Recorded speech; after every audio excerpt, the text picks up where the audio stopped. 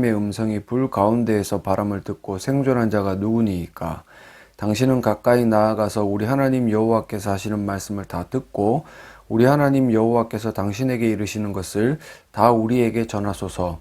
우리가 듣고 행하겠나이다 하였느니라. 아멘.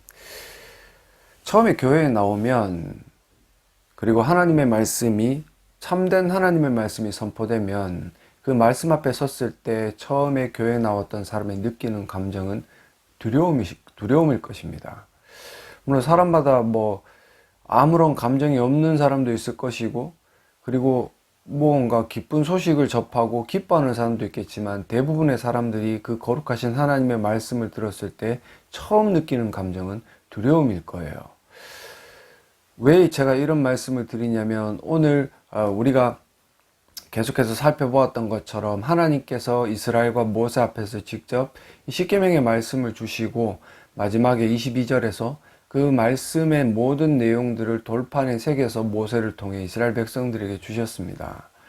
그렇게 그들이 하나님의 여호와의 말씀 앞에 서고 여호와의 말씀을 받아들었을 때 그들이 가졌던 감정과 모든 어떤 처음에 드러나는 요소들이 지금 오늘 본문에 고스란히 기록이 되어져 있고, 그런 이스라엘 백성들 앞에 모세라는 지도자가 어떤 모습을 갖춰야 되는가가 오늘 말씀의 주된 내용인데요.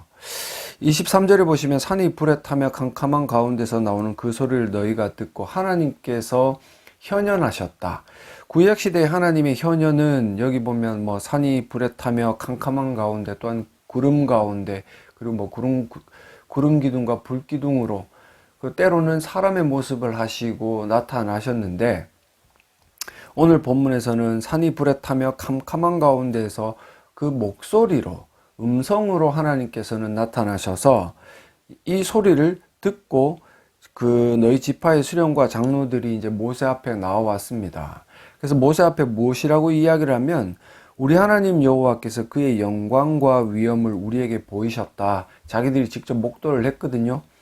근데 그 불 가운데서 나오는 음성을 우리가 들었고, 하나님이 사람과 말씀하시되 그 사람이 생존하는 것을 오늘 우리가 보았다라고 이야기를 하면서 모세의 어떤 특별함을 지켜 세웁니다.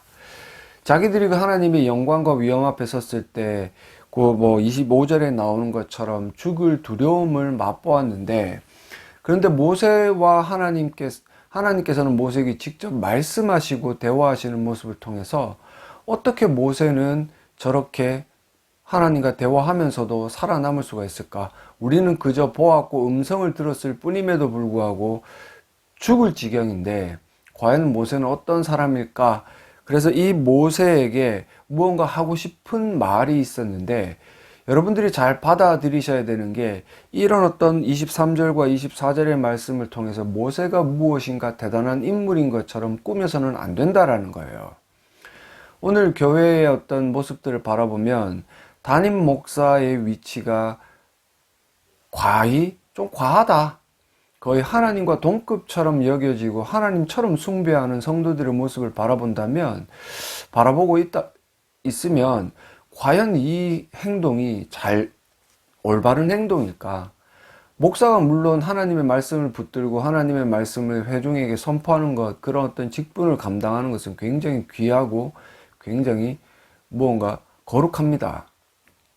하지만 그렇다고 해서 그 사람 자체에게 신격을 부여하고 신격화시킨다면 그게 또 다른 우상을 숭배하는 것이고, 그런 우상 숭배에 재미 들린 목사들은 어떻게 해요? 마치 자기가 교회의 주인처럼 하나님처럼 군림하여서 성도들을 부리는 어처구니 없는 모습이 드러나기 때문에 여러분들은 조심해서 이 본문들을 해석할 필요가 있는 거예요.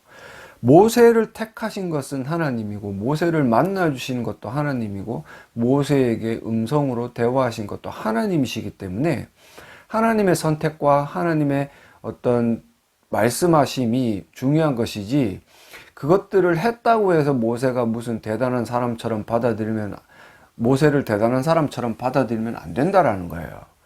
우리가 잘 아는 것처럼 모세는 사람을 죽인 사람이고, 그리고 하나님의 음성을 피해서 그 어떤 음성을 피한 게 아니라 사람을 죽이고 난 이후에 광야로 나가서 도피 생활을 했던 그런 도망자였습니다. 그리고 그가 하나님을 처음 만났던 출애굽기 3장 5절과 6절을 보시면 하나님이 이르시되 이리로 가까이 오지 말라. 네가 선 곳은 거룩한 땅이니 네 발에서 신을 벗으라. 또 이르시되 나는 내 조상의 하나님이니 아브라함의 하나님, 이삭의 하나님, 야곱의 하나님이라. 모세가 하나님 배웠기를 두려워하며 얼굴을 가려버리는, 모세도 하나님을 처음 만났을 때 하나님으로부터 그가 죄인이요 또 불결한 존재라는 그런 어떤 평가를 받았고, 그가 직접 하나님 앞에 섰을 때 죽을까 두려워서 얼굴을 가려버리는 이런 일들을 행하던 사람이었습니다. 아브라함의 하나님, 이삭의 하나님, 야곱의 하나님, 그래서 우리는 아브라함과 이삭과 야곱을 마치 대단한 존재처럼 생각을 하고 그들을 숭배하고 숭상하는, 특별히 이 이스라엘 백성들, 지금 이스라엘 민족들에게 이 아브라함은 거의 하나님과 동격화된 그런 어떤 존재로서 받아들여진다라는 거죠. 그런 어떤 실수에서부터 그들은 인간의 어떤 가능성과 그 내면에 있는 뭔가 선함을 굉장히 중요시하는 어리석음에 빠져버린다라는 거예요. 이런 모세의 어떤 처음의 모습이 결국은 하나님을 통해서 하나님께서 만나주시고 그에게 은혜를 베풀어 주시고 그에게 믿음이라는 것을 선물로 주시고 하나님의 백성이 되게 하셨을 때야 비로소 이 모세가 하나님 앞에 서서 하나님의 말씀을 받아드는 그런 존재가 되었지, 그가 무슨 지도자로서 처음부터 군림하는 존재는 아니었다라는 겁니다. 목사들도 이와 같이 목사라는 직분을 떼어내버리면 그는 한 명의 성도일 뿐이고, 그는 성도로서 하나님의 자녀로서의 어떤 첫 단추를 올바로 깨어야 목사라는 직분 또한 올바로 행할 수 있음에 대한 것들을 우리가 고찰을 해봐야 된다는 거죠. 그가 성도로서 정말 인격적으로 하나님을 만나고 성령 하나님을 통해 거듭나게 되고 믿음을 갖게 되고, 그래서 그가 그 복음을 듣고 공부하고 깨닫는 과정 가운데 점점 더 성화되어서 엄청난 진보, 엄청난 발전을 이루어가는 모습이 그에게는 존재를 해야 되고, 그 어떤 모습 뒤에 말씀을 가지고 성도들에게 말씀을 선포하는 직분은 그 뒤후의 문제라는 거죠. 그죠? 모세처럼 처음부터 무언가 완성된 존재가 아니라 목사 또한 어리석은 존재고 죄인이고 하나님의 그 말씀 앞에 섰을 때 죽을까 두려워하는 나약한 존재일 뿐이라는 사실을 우리는 깨달아야 됩니다. 그런 어떤 진보 가운데, 그런 어떤 성화의 발전 가운데 있어야 되는 목사는 예전과는 다른 모습이 있어야 되고, 그가 가지고 있는 약함 또한 색깔이 옅어져야 돼요. 근데 우리가 알고 있는 이 목사들은 대부분 보면 과거에 자기 자신이 가지고 있던 그 나약함이 더 짙어지거나 그대로 유지되는 모습을 많이 보여줍니다. 시기하고 질투하고, 그죠? 좀 잘하는 사람을 보면 괜히 미워하고 그들을 향해서 저주하고, 뭐 저주까지 하겠습니까만은 그런 사람들이 있기도 하겠죠, 그죠? 그리고 뭔가 자기의 위치를 차리기 위해 특별히 부교육자들 가운데 담임 목사로 나가기 위해서 정치하고, 뭐 성도들이 싫어하면 말씀도 굽혀버리고 왜곡하는 그런 어떤 나약함들이 그들에게 존재하고 있다면 그 사람은 목사라는 직분을 고민해 보기에 앞서서 성도로서 어떻게 서 있는가. 이런 어떤 이스라엘 백성들이 평가를 내리는 모세는 이미 성도로서 올바로 하나님 앞에 서 있는 존재였고, 그렇게 서 있는 존재로서 하나님께 부름받아 쓰임받고 있기 때문에 원래부터 그는 대단한 존재가 아니다. 근데 그와 대비되기에 이 이스라엘 백성들의 모습은 어떻습니까? 장로들의 모습은 어떻습니까? 25절에 이제 우리가 죽을 까닭이 무엇이니까, 내가 하나님의 백성으로서 출애굽하고 지금 여기까지 나왔는데 여기서 내가 죽으면 되겠습니까? 라는 거죠. 그죠? 근데 실상은 어때요?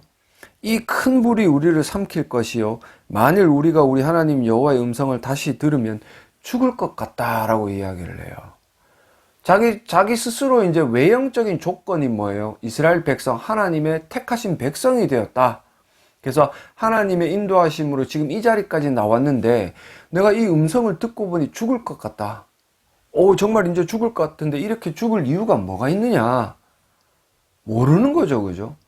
아직까지 그들이 뭐 여호와의 택함을 받아서 하나님의 택하신 족속으로 택하신 백성으로 지금 동행하면서 여기까지 왔지만, 이런 여호와의 말씀 앞에 그들이 섰을 때 죽음의 어떤 두려움을 갖는다는 것은 그들 스스로 아직 구원은 받지 못했다. 더 쉽게 말씀을 드리면, 교회는 다니는데 아직 믿음이 없다. 뭐 더 나아가 본다면, 교회는 다니는데 아직 거듭나지 못했다. 이런 어떤 상태에 놓여 있다라는 거죠. 그래서 그 여호와의 거룩하신 영광 앞에 섰을 때, 그리고 여호와의 음성을 들었을 때 죄송합니다. 마치 죽을 것 같은 두려움을 가질 수밖에 없는 거예요. 이런 어떤 존재들 앞에 모세가 해야 되는 일은 무엇입니까? 그들에게 하나님의 음성, 십계명을 통해서 주어진 거룩한 말씀을 가르치고 또 가르치고 또 가르쳐서 그들이 살아오던 인생의 그런 모든 습성들에서 자유로워질 수 있도록 가장 최소한의 환경을 조성해 줘야 된다는 거죠. 물론 이런 말씀이 선포되었다고 해서 하나님의 택하심이 없고 하나님의 은혜가 없다면 누구도 구원을 받을 수 없습니다. 이것은 너무나 당연해요. 이 이스라엘 백성들이 아직 구원받지 못했기 때문에 십계명의 말씀을 딱 들었을 때 너무나 황당한 거예요. 나는 이렇게 살아오지 못했는데, 근데 하나님은 이렇게 살라고 명령하시고 이렇게 살아야만 한다고 명령을 하시니 당연히 두려워할 수밖에 없는 거죠. 그런 그들의 두려움 앞에 모세가 해야 되는 일은 뭐냐? 갈라디아서 4장 6절과 7절에 보시면, 너희가 아들이므로 하나님이 그 아들의 영을 우리 마음 가운데 보내사 아빠 아버지라 부르게 하셨느니라. 그러므로 내가 이후로는 종이 아니요 아들이니 아들이면 하나님으로 말미암아 유업을 받을지니라. 이런 귀한 말씀들, 물론 이건 신약의 말씀이고 제가 인용한 것은 갈라디아서의 말씀이지만, 모세가 알고 있는 하나님의 백성이 되었을 때 더 이상 하나님과의 관계 속에서 두려워할 필요가 없는, 그렇다고 뭔가 소홀해서 굉장히 까불락까불락거리고 너무나 가볍게 생각하라는 뜻은 아니지만, 지금 이들이 누리는 이런 두려움을 가질 필요가 없다는 것에 대한 말씀을 전해야 된다는 겁니다. 그래서 이 이스라엘 백성들이 가지는 두려움 앞에서 그들은 죽을 것 같은데 그들이 나타내는 반응이 뭐냐? 26절에 육신을 가진 자로서 우리처럼 살아계시는 하나님의 음성이 불 가운데서 바람을 듣고 생존한 자가 누구니까?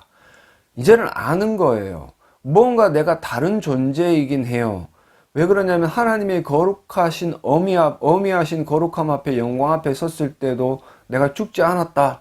죽을 것 같은 두려움이 죄인과, 그래서 하나님의 그 공의 앞에 섰을 때, 죄인이 하나님의 공의 앞에 섰을 때 맛보는, 그리고 느끼는 두려움이 지금 고스란히 기록이 되어져 있는 거죠. 근데 나는 살았는데 잘 모르겠다라는 거예요. 정말 두렵긴 두려운데 죽지는 않아요. 근데 왜 그런지 모르는 거예요. 그러면서 27절에 당신은 가까이 나아가서 우리 하나님 여호와께서 하시는 말씀을 다 듣고 우리 하나님 여호와께서 당신에게 이르시는 것을 다 우리에게 전해달라라고 이야기를 합니다. 그러면서 우리가 듣고 행하겠나이다 하였느니라 라고 이야기를 해요. 무언가 모르겠지만 여호와의 영광 앞에 딱 서보니 죽지는 않아요. 두렵기는 두려워요. 근데 모세는 그 하나님과 함께 대화도 나누면서 그 하나님의 영광을 몸소 드러내고 있다는 말이에요. 근데 무언가 다르긴 달라요. 모세와 자기들과. 그래서 이 이스라엘 백성들이 택한 것은 뭡니까? 우리도 살아있지만 그래도 우리는 두려워. 지금 하나님의 영광을 바라보고도 내가 살아는 있지만 너무너무 두렵고 곧 죽어버릴 것 같아. 근데 모세, 너는 무언가 다른 것 같다. 네가 여호와의 말씀을 다 듣고 우리에게 전해달라. 그럼 우리가 듣고 그 말씀을 준행하겠다 라면서 올바른 이스라엘 백성들이 나아가야 되는 방향에 대해서 건전하고 굉장히 올바르고 의롭게 설정이 되는 모습을 지금 이 이스라엘 백성들이 드러내고 있습니다. 그러면서 이제 뒷부분에, 오늘은 아니고 다음 주에 보겠지만 뒷부분의 말씀에 하나님의 어떤 칭찬과 약간은 그런 염려가 드러나는 모습이 보여지는데, 지금 그렇다면 이 이스라엘 백성들의 요구를 들은 모세가 해야 되는 일들은 뭐예요? 부지런히 여호와 앞에 나아가 여호와의 뜻과 여호와의 말씀을 듣고 그 말씀을 이 이스라엘 백성들에게 가르치고 그 가운데 성령 하나님으로 말미암아 거듭나는 존재들, 거듭나서 참된 믿음을 가지고 창세기 3장 15절에 기록된 여인의 후손을 믿는 믿음으로 살아갈 수 있는 자들을 만들 수 있는 정말 최소한의 환경을 조성을 해야 된다는 거죠. 그래서 로마서에 나오는 것처럼 믿음은 들음에서 나오고 그 들음은 그리스도의 말씀으로 말미암았다라는 그 교리는 신약의 교회뿐만이 아니라 구약의 이스라엘 백성들에게도 적용이 되고 그 이스라엘 백성들이 여호와의 말씀을 듣고 듣는 가운데 하나님의 은혜로 거듭나서 구원을 받고 믿음을 가지는 것, 우리랑 똑같은 모습으로 통일성 있게 드러나기에 결국은 이 이스라엘 백성들에게 주어지는 말씀이 지금 우리들 교회들에게 주어지는 말씀으로 받을 수 있다. 창세기 3장 15절에 기록된 그 언약의 말씀을 믿어야만 구원을 받는데, 이 믿음이라는 것은 거듭난 자에게만 오는 주님의 선물이기 때문에 결국은 이 구약의 백성들 또한 선명하게 그려지진 않았지만 신약의 우리들처럼 거듭나서 믿게 되고, 그래서 그 믿음이 점점 더 발전하고 진보하여서 더 예전과는 전혀 100%까지는 아니더라도 70%, 80% 바뀌어진 모습으로 살아가게 되는 것, 이를 위해 이스라엘 백성들이 모세에게 요구했던 것처럼 우리들에게 여호와의 말씀을 가르쳐 달라. 너는 우리와는 다르게 여호와의 말씀을 들어도 살아 있으니, 그리고 그 여호와와 대화를 할 수 있으니 그 말씀을 우리들에게 듣고 가르쳐 달라. 분명히 제가 말씀드렸지만 기억해야 되는 건, 그렇다고 모세에게 무엇인가 특별한 능력이 있는 게 아니다. 하나님께서 그를 먼저 택하셨고, 지금 우리로 따지자면 제가 예전에 목사였을 때처럼 저 같은 사람을 택하셔서 성령의 조명하심으로 말씀을 먼저 깨닫게 하셨다. 그러면 그 목사들은, 말씀을 깨닫게 된 목사들은 이 모세가 행해야 되는 것처럼 여호와의 말씀만 가르쳐야 됩니다. 이 여호와의 말씀만 가르치기 위해서 얼마나 그들이 노력하고 애를 써야 되느냐. 제가 알고 있는 선교사님께서 그렇게 말씀하셨어요. 목사는 설교 많이 특별히 담임 목사는 설교를 많이 할 필요가 없다. 한 주 동안 고심하고 고통 가운데, 뼈를 깎는 그런 어떤 고통 가운데 한 편의 설교를 잘 준비하여서 주일날 그 거룩한 말씀을 회중들에게 선포하기만 하면 된다. 나머지 것들이야 함께 동역하는 부교육자들에게 맡기고 같이 연구하고 같이 해서 정말로 그 주일날 한 편의 양식을 먹으러 온 성도들에게 썩은 것이 아닌 정말 맛있고 탐스러운 음식과도 같은 주의 말씀, 달콤한 그 송이꿀보다 더 단 주의 말씀을 선포해야 되는 것이 목사가 해야 될 일이다. 맞는 말씀이죠, 그죠? 그렇게 해야 되는데 목사들은 참으로 자기가 설교를 다 하려고 그래요. 담임 목사들 보면 설교도 잘 못하는데, 그죠? 내용도 없고 뭐 설교법도 어설프고 굉장히 좀, 그런데도 뭔가 설교의 욕심을 그렇게 냅니다.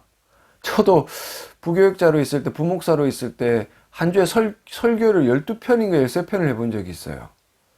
뭐 새벽 예배부터 뭐 부서가 그때 맡은 게 세 부서였고, 수요 예배, 주일 오후 예배, 또 다른 데 가서 뭐 설교하고 뭐 이러다 보니까 13편을 해요. 물론 최대한 제가 제 스스로 이제 노력할 수 있는 만큼 해서 최선을 다했다라고는 생각을 하지만, 한 편을 설교하는 것과 13편을 설교하는 것들은 퀄리티 자체가 달라지거든요. 지금 성도들은 이 이스라엘 백성들처럼 여호와 앞에 섰을 때, 거룩한 말씀 앞에 섰을 때 죽을 것 같은 두려움을 맛봐요. 왜? 그 죄된 본성이 아직도 남아있고 아직도 남아있다라는 건 그래도 구원을 받았다는 얘기인데, 아직 구원을 받지 못해서 여전히 죄 가운데 살아가는 사람들은 말씀을 들으면 죽을 것 같은데, 근데 그렇게 하지 않아도 너희가 정말 여호와 앞에 엎드려 매달리고 정말 거듭나게 달라고 간구했을 때, 그리고 하나님 은혜가 너희들에게 있을 때 너희는 아바 아버지라 부르는, 이제는 더 이상 두려워할 필요가 없는 존재가 되었다라는 그런 귀한 진리의 가르침을 선포해야 된다라는 겁니다. 그런데도 목사들은 뭐예요? 성도들이 두려워하고 듣기 싫어하니까 성도들의 반응은 두려움 이후에는 어떻게 되는 줄 알아요? 정말 말씀을 잘 듣고 구원을 받고 믿음이 생기게 되면 그 사람들은 그 말씀 듣는 것을 기쁨으로 받아들입니다. 복음 듣는 것을 기쁨으로 받아들여요. 하지만 그 양극단에 있는 다른 부류는요, 아직 구원을 받지 못하고 복음을 듣지 못한 사람들은 그 말씀을 듣기를 싫어합니다. 듣기를 싫어하고 안 들었으면 좋겠다는 마음을 먹어요. 왜 그러냐면 그런 진리의 말씀을 들으면 세상 나가서 자기가 기존에 살아오던 생활 습관대로 살기가 힘든 거예요. 왜? 말씀 그렇게 살지 말라라고 요구하는데 자기는 그렇게 살고 그렇게 말씀대로 살지 못하고 반대로 가고 있으니 두렵잖아요. 두려우니까 자꾸 그 말씀을 핍박하고 말씀을 핍박하다 보면 오히려 더 자기 자신, 자기 스스로를 합리화해서 엉뚱한 소리를 듣고 뭐 기복주의나 공로주의나 율법주의 사상에 찌들어서 그렇게 살아가면서도 두려움을 애써 잡아 누리려고 하죠. 두려움은 내면에 항상 존재하고 있고 당사자는 늘 느끼고 있습니다. 그런 어떤 존재들 앞에 그런 존재들인 이스라엘이 모세에게 요구했던 것, 그런 존재들인 교회의 성도들이 담임 목사에게 요구하는 것은 결국 하나님의 말씀, 두렵고 힘들고 괴로워도 그 말씀을 들어야만 살 수 있다라는 그런 확고한 믿음으로 이 말씀 듣기를 요구해야 되는 것이 지금 우리들에게 주어져 있는 사명이에요. 결국 창세기 3장 15절에 약속되었던 여인의 우선인 예수 그리스도가 이 땅 가운데 오셔서 우리를 구원하시고 우리를 하나님의 자녀 삼아주셨기 때문에 지금 단에서 선포되어야 되는 말씀들, 그 예수님의 이야기고 이 예수님의 이야기로 말미암아 성도들 가운데 듣기 싫어도 들어서 두려워도 그들의 어떤 감정이나 그들의 어떤 정서를 염려하는 게 아니라 그들의 영혼을 생각하는 참된 목자라면 정확하고 무호하게 이 말씀을 전하기 위해 애를 써야 한다는 겁니다. 그래서 목사들이 가져야 되는 사명, 그 목사라는 직분을 벗어버리면 일반 성도랑 똑같지만 하나님의 은혜로 하나님의 택하심으로 우리가 목사가 되었다라면 그 거룩한 말씀을 전하는 것이 얼마나 크고 중압감 있고 참으로 거룩한 사명을 가진 그런 어떤 직분인가, 그리고 그런 어떤 사역들인가, 이것들을 바로 깨달으셔서 정말 하나님의 말씀만이 교회 가운데서 선포되기를 간절히 소망합니다. 그래서 그 말씀을 받아 들은 성도들 가운데 하나님의 은혜로 구원함을 받고 말씀을 송이꿀보다 더단 것으로 계속해서 받아들이셔서 지금은 아니지만 시간이 지났을 때 이 교회가 다시 한 번 더 재평가를 받아 하나님의 영광만이 충만하게 되어지시기를, 그래서 하나님의 그 이름을 거룩하게 여김받게 만드시는 저희 여러분들이 되어지시기를 간절히 소망합니다.